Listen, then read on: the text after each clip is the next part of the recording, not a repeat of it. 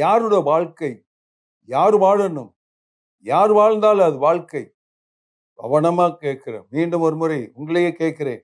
யார் வாழ்க்கை, யார் வாழணும், யார் வாழ்ந்தால் அது வாழ்க்கை. அப்ப வாழ்ந்து கொண்டிருக்கிறீர்களா? உங்களுடைய வாழ்க்கை என்பதுதான் என்னுடைய கேள்வி. வாழ்க்கை என்பது விளையாட்டானது அல்ல. அது ரொம்ப ஒரு அற்புதமான ஒரு கலை. அந்த வாழ்க்கை கலையை உணர்ந்து கொள்ளணும்னா முதலில் ஒவ்வொருத்தரும் தன்னைத்தானே உணர்ந்து கொள்ளணும். இந்த தன்கிட்ட இருந்துதான் அது ஆரம்பிக்குது. இத நான் வாழ்ந்தால்தான் அது வாழ்க்கை. முதல்ல உங்களுக்கு அந்த பதில் வந்திருக்கும். யார் வாழ்க்கை, யார் வாழணும், யாருக்காக, யார் வாழ்ந்தால் அது வாழ்க்கை. மீண்டும் கேட்கிறேன், யார் வாழ்க்கை? என் வாழ்க்கை. யார் வாழணும்? நான் வாழணும். யார் வாழ்ந்தால் அது வாழ்க்கை. இதுக்கு இடையில இன்னொரு கேள்வி இருக்கு. யாருக்காக, எனக்காக. அப்ப யார் வாழ்ந்தால் அது வாழ்க்கை. அப்ப நான் வாழ்ந்தால்தான் அது வாழ்க்கை. அந்த நான் என்று வரும் பொழுது ரொம்ப பேர் இது பலரால் இதை ஏற்றுக்கொள்ள முடியல. காரணம், இவங்களோட அபிப்பிராயம் என்னவென்றால், நான் சொன்ன சுயநலம். அப்ப சுயநலத்துல கொண்டு போயிடுமா, சுயநலம் ஆயிடுமா? இந்த தப்பு கணக்கு போடாதீங்க. நான் என்பதுதான் உண்மை. பொதுவா நம்ம எழுத்துல எல்லாம் என்ன எழுதி வச்சிருக்காங்க, புக்குங்கள் எல்லாம் என்ன எழுதி வச்சிருக்காங்க, பாடல்கள் எல்லாம் என்ன எழுதி வச்சிருக்கிறாங்க? நான் சொல்லாதே, நான் சொல்லாதே, நான் சொல்லக்கூடாது.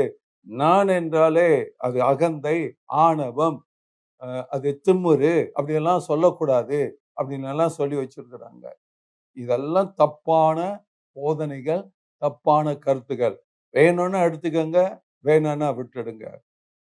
நம்ம சமுதாயத்திலையும், நம்ம கலை கலாச்சாரத்திலையும், நம்ம பண்பாடுகள்லையும் எவ்வளவு கோளாறுகள் இருக்கு அப்படின்றத கூடயும் நான் எடுத்து பேச போகிறேன் உங்களுடன். இவ்வளவு காலமா பயிற்சிகளாக நடத்தி கொண்டு வந்தேன். இப்பொழுது டைரக்டா உங்களுடன் பேசணும். ஏனென்றால் காலங்கள் ஓடிக்கொண்டிருக்கு. இப்ப நீங்க பாத்தீங்கன்னா, இந்த பெண்டமிக் இப்ப ஆட்டி படைத்து கொண்டிருக்கிற இந்த காலகட்டம், ஒவ்வொரு மனிதனுக்கும் எவ்வளவு போராட்டம். உலகமே போராடி கொண்டிருக்கு. உலகத்துக்கே லாக்டவுன். உலகமே என் நாளைக்கு விடிஞ்ச என்ன ஆகுமோன்ற நிலையில வாழ்ந்து கொண்டும் போராடி கொண்டும் இருக்கு. இந்த சூழ்நிலையிலும் ஒவ்வொருத்தரும் வாழ்ந்து ஆகணும்.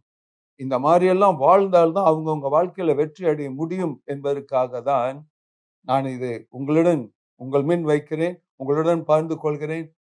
நாம் எல்லோருமே சேர்ந்து உலக ரீதியில ஒரு பெரிய சமுதாயத்தை உருவாக்குவோம். வித்தியாசமான சமுதாயமா. நீங்க எல்லோரும் ஒண்ணு சேருங்க. நம்ம வித்தியாசமா கொண்டு போகலாம். நான் என்ற வார்த்தை மிக மிக முக்கியம். நான் நான் நான் என்று பேசி ஆகணும். இந்த நான் என்ற பவரு பெரிய பவரு. நான் என்று சொல்லி பாருங்க. நாம்னு சொல்லாதீங்க. நாம் என்று சொன்னால் அது பன்மை. நாம் பன்மை அல்ல, ஒருமை. ஒரு மனிதன், தனி மனிதன் தன்னை நான் என்று தான் சொல்லணும். அந்த நான் சொல்லாதே என்று சொல்ல சொல்ல சொல்ல அவங்களுடைய ஒரு தனி மனிதனுடைய ஆற்றலே ரொம்ப பாதிச்சிருச்சு. அதனால்தான் நம்ம சமுதாயத்திலும் அந்த மாதிரி பாதிப்புகள். அதனால்தான் நான் நான் நான் என்று உங்களை சொல்கின்றேன். நான் என்று உருவாக்கி கொள்ளுங்கள். நீங்க பேசி பாருங்க, உங்களுக்கு தெரியும். அப்ப நான், என் வாழ்க்கை, நான் வாழ்ந்தால்தான் அது வாழ்க்கை. அப்ப நான் தான் வாழணும். இது சுயநலம் அல்ல, இது பொது நலம்ங்க. ஒரு தனி மனிதன் வாழணுங்க. முதல்ல அந்த தனி மனிதன் வாழ்ந்தாதாங்க வெற்றி அடைய முடியும். அப்ப தனி மனிதன்ல கவனம் செலுத்துவோம். அப்ப உங்கள நீங்க கவனம் செலுத்துங்க. என்னைக்குமே மத்தவங்களை பத்தி பேசிக்கிட்டு இருக்காதீங்க, அடுத்தவங்களை பத்தி பேசிக்கிட்டு இருக்காதீங்க.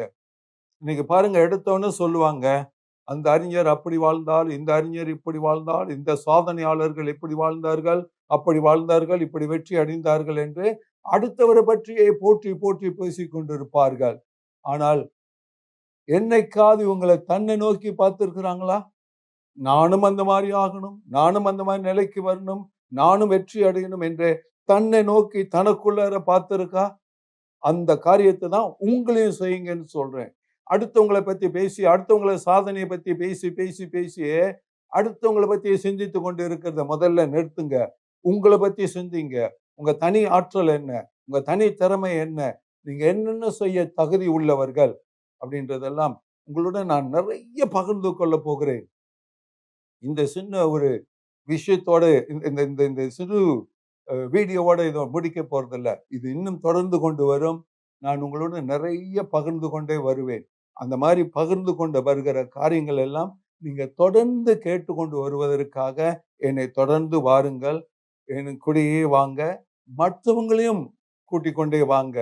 மற்றவங்களையும் இது கூட சேர்த்துக் கொள்வோம். இன்னைக்கு பரவலாக பகிர்ந்து கொள்வோம். நான் என்ற எண்ணம் முதல்ல ஒரு மனிதனுக்கு இருக்கணும். நான் என்பது ஒரு பெரிய சக்தி. அப்ப நான் என்று பேசுங்க.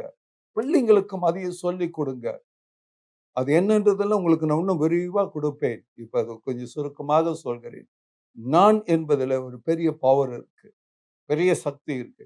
சொல்ல சொல்லதான் நீங்கள் உங்களுக்குள்ளார போக ஆரம்பிப்பீங்க. நீங்க உங்களுக்குள்ளார வேலை செய்ய ஆரம்பிப்பீங்க. அப்ப நீங்களே உங்களை உருவாக்கி கொள்ள முடியும். உங்களை நீங்கள் உருவாக்கி கொள்ளாமல் இறைவனிடம் நெருங்க முடியாது.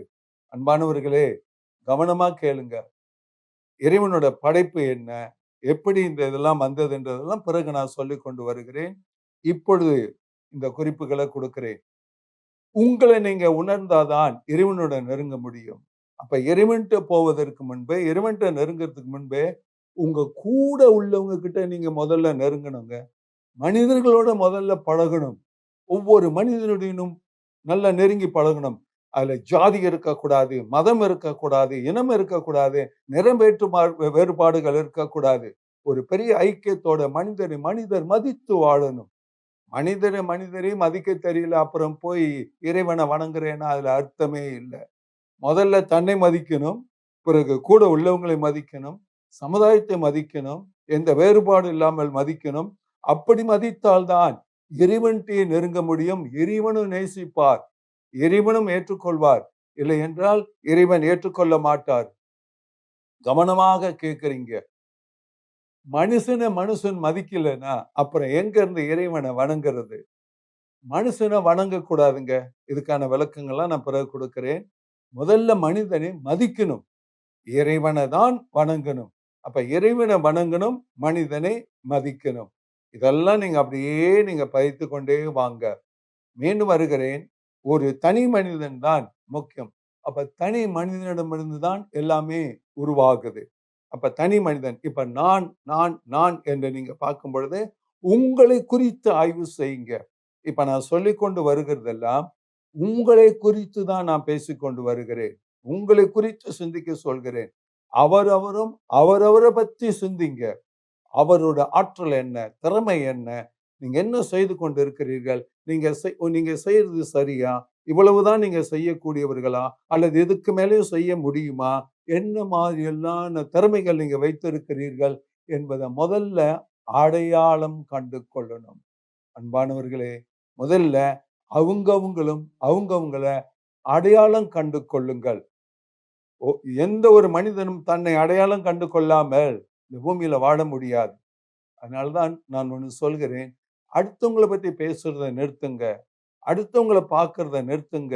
அடுத்தவங்க என்ன செய்து கொண்டு இருக்கிறார்கள்னு பார்க்கறதையும் பேசுறதையும் நிறுத்திட்டு, நான் என்ன செய்து கொண்டு இருக்கிறேன், இதான் நான் செய்யக்கூடிய காரியமா, இதான் என்னுடைய வாழ்க்கையா, நான் சரியான வாழ்க்கை வாழ்ந்து கொண்டு இருக்கின்றேனா, இவ்வளவுதானா என்னோட வாழ்க்கை, என்னோட ஆற்றல் இவ்வளவுதானா, என்னோட திறமை இவ்வளவுதானா, ஆய்வு செய்யுங்க.